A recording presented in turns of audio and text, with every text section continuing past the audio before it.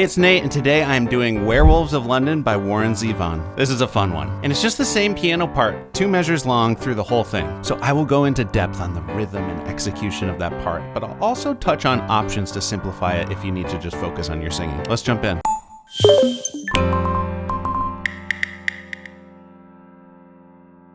Okay, so first off, I recommend you get the chords and lyrics chart. There's a link down in the description that's going to help you follow along and see where the chords and the lyrics line up with each other. So here's the underlying chord structure of the piano part that just goes for the whole song. And let's briefly talk about a simplified chord-based way to play this. So that's D, C, G. And D, you can do D, F sharp, and A. C, you can do C, E, G. This is middle C, by the way. And then for G, I would do an inversion here, B, D, and G. So your 5th finger can stay on that G. And then you can just do single bass notes in the left hand and maybe quarter notes in the right hand. So we're in 4/4 time. That means that each of these measures gets 4 counts. So it's 2 counts of D, 2 counts of C, 4 counts of G. And that just repeats. I saw a werewolf with a Chinese menu in his hand, walking through the streets of Soho in the rain. But of course, the piano part, as Zevon plays it on the record, is a bit more complicated than that. I'll demonstrate it, and then I will break it down step by step.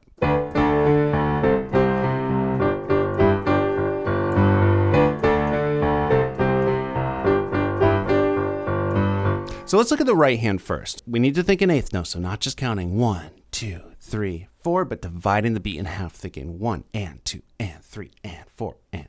And here are the notes and the counts for that. So we're gonna start on D and B, and then immediately come down to D and A. And that's on just the first 2 8th notes. 1 and. I like doing 5 and then 4 for the top notes. Of course, you can use your 1st finger on the D. 1 and 2 and. Then you're just gonna move that shape down to C and A like that, and just do the same thing where you hit, it's 6ths and then stepping down to 5ths. So 1 and 2 and 3 and 4 and, okay? And then we have just every 8th note at the beginning of the 2nd measure here. Now notice the top note is G the whole time. You can do that with your 5th finger. I like 2nd finger here on the D.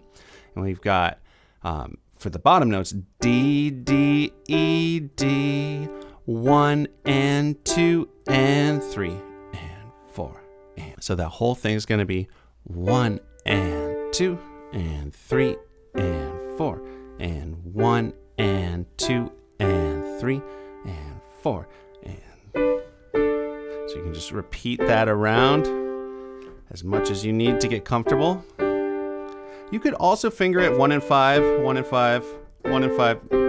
That doesn't, I don't like that as much, but it does nicely set you up for this. So you can play around with that and see what works best for you. I'm in the habit of doing stepping 5th to 4 on those first bits. Let's look at the left hand now, and before we do the full part, I want to give you the option to just do single bass notes, which could help if octaves are too much of a stretch for you, or just keeping the rhythm simpler might make it so it's easier to play and sing. And I gotta be honest, I had to practice this part quite a bit to play and sing. So if it doesn't come quickly, there is nothing wrong with you. Take your time. I did. So you could do just single bass notes. And if you want to get a little bit more energy, while keeping it not too tricky to sing, you could do quarter notes in the left hand. I think that sounds really good.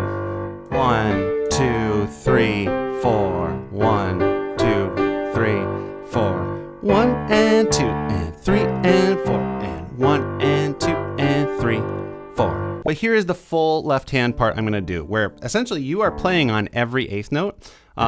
And the pattern is sort of 4 8th notes long, where you do bottom, bottom, top, bottom.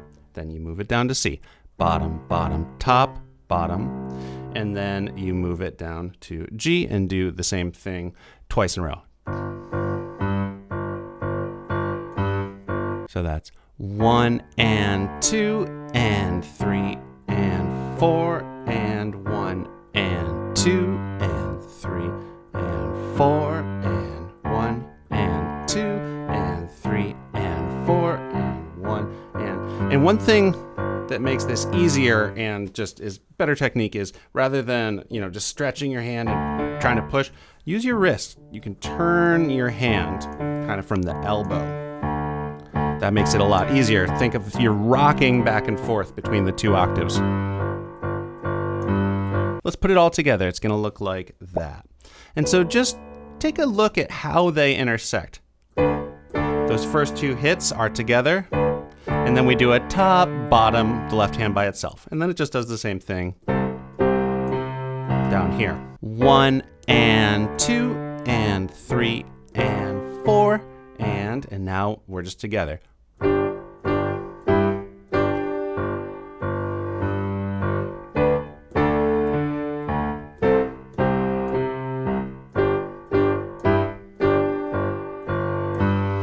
So take your time with that.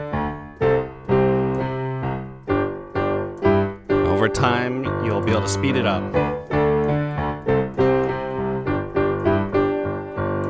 I do want to mention that on the recording, the piano left hand sounds more like this.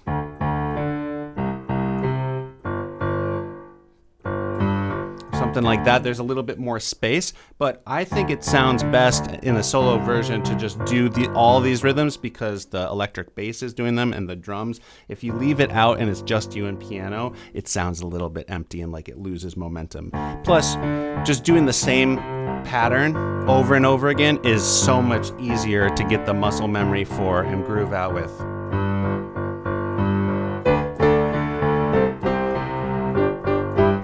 The last thing I'll mention here is the sustain pedal. Now this is a song where you could actually do no pedal and it sounds pretty good. You don't want to hold it down for this part because that gets a little muddy. And it's a little too intense to just like lift. So what I do when I add pedal to this is no pedal, down, no pedal, down, and then no pedal, down. So that the pedal is up whenever we're going back and forth between things in the right hand, and then you just kind of lean into it on the back half of those chords.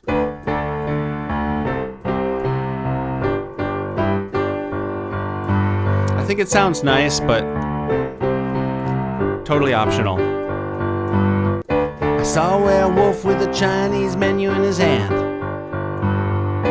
walking through the streets of Soho in the rain. So you know everything you need to know to play this song now. I do want to just add some fun additions for the chorus and the solo section. So even though the piano part doesn't change in the chorus, this electric guitar part comes in and adds a little bit more color and notes to the G chord. Might sound a little like this.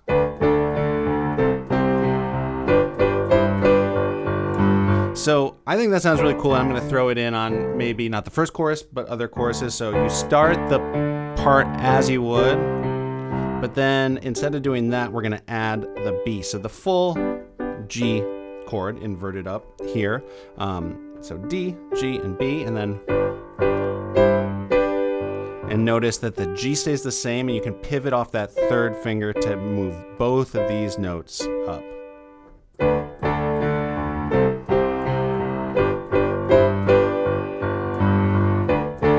Ah-ooh, Werewolves of London. Ah-ooh. Cool. So after the second chorus, there is a guitar solo, and that is just going through the main progression 4 times. So without a guitar player, I might spice that up a little bit. You could take what I just did on the chorus a step further by not only breaking out the harmony into full triads on the G part, but doing that same full shape to start the D measure and then collapsing down to a full D major triad with the F sharp. And then when you go to C, you could hit that D again and then come down to a root position C, E, G.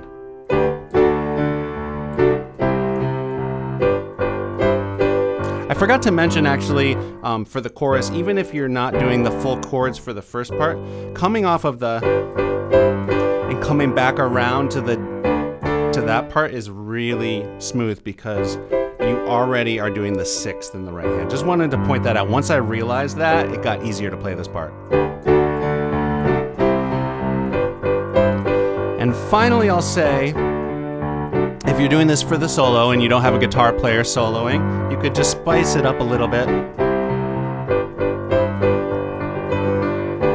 You know, anything you like using arpeggios there, or just adding some more rhythm, because you don't have to focus on the singing, so you can maybe improvise a little bit there. Final thing before my playthrough. The recording fades out on the last chorus, which I'm not going to try to do a fade out on the piano. So fourth time through the progression in the chorus, it sounds like Werewolves of London. I'm just going to end there. Da, da, da, da, and let that ring out. And then that's the end of the song. All right, thank you for sticking with me. I am now going to do a full playthrough so you can see how all the different sections and words flow with this piano part. If you enjoyed this video, give it a like. Also subscribe to the channel if you haven't already. Click the bell so you know when I put out more videos like this one. And here is my version of Werewolves of London.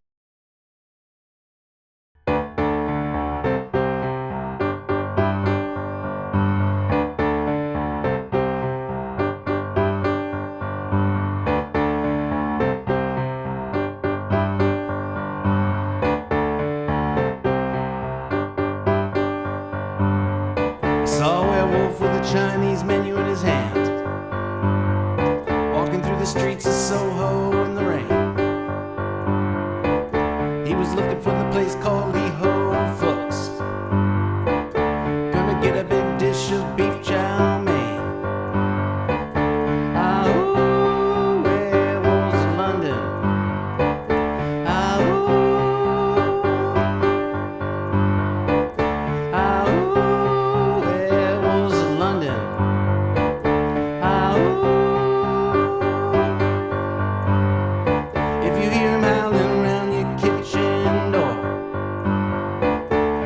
Better not let him in. Little old lady got mutilated late last night. Werewolves of London again. Ah, ooh, werewolves of London. Ah, ooh. Ah, ooh, werewolves of London. Ah, ooh.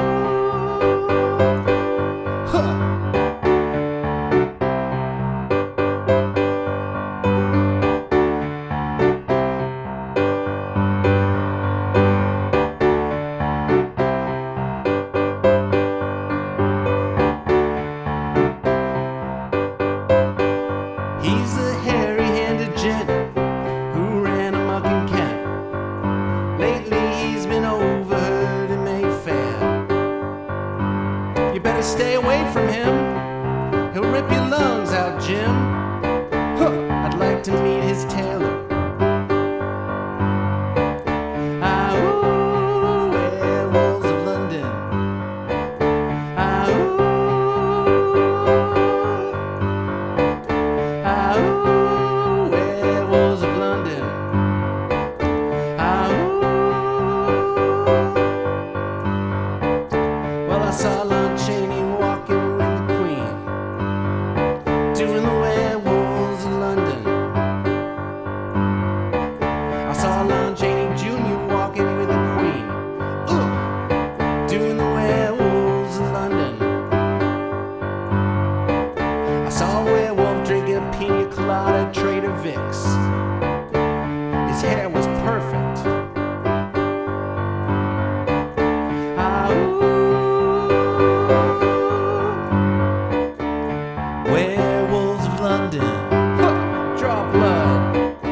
Ah, ooh.